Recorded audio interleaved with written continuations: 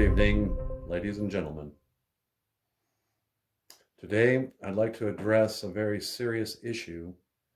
I'd like to talk about the events over the past few days down in our fine city of Minneapolis.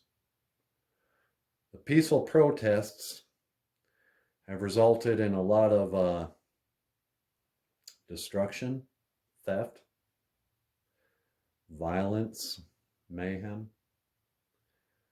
But all this is for a good cause, you guys. I know you think I'm kidding, but I'm not. It's time we have a serious discussion about why these things are taking place. You see, racism is a real problem. And if we don't destroy a bunch of businesses and cars and set fire to stuff, if I don't run into Target and steal a bunch of shoes in my size, how am I going to end racism? You tell me. Think this is a joke? This ain't no joke. We will rise up. I have a dream. I have a dream that one day little boys and girls will gather together, arm in arm, and something or other.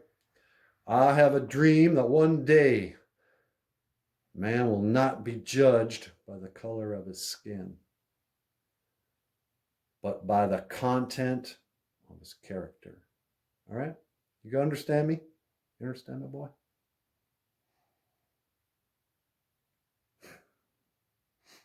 We're going to get through this. We're going to end fascism. No more dictatorship and no more racism. No more climate change denial. No more science denying. If a scientist says it, it's true. What else are we going to do? The important thing to remember is vote Joe Biden. Joe, I'm riding with Joe. If you can show me a more intelligent, more capable man, I'd like to see it, because Joe is our man. He's going to fix this. Mark my words.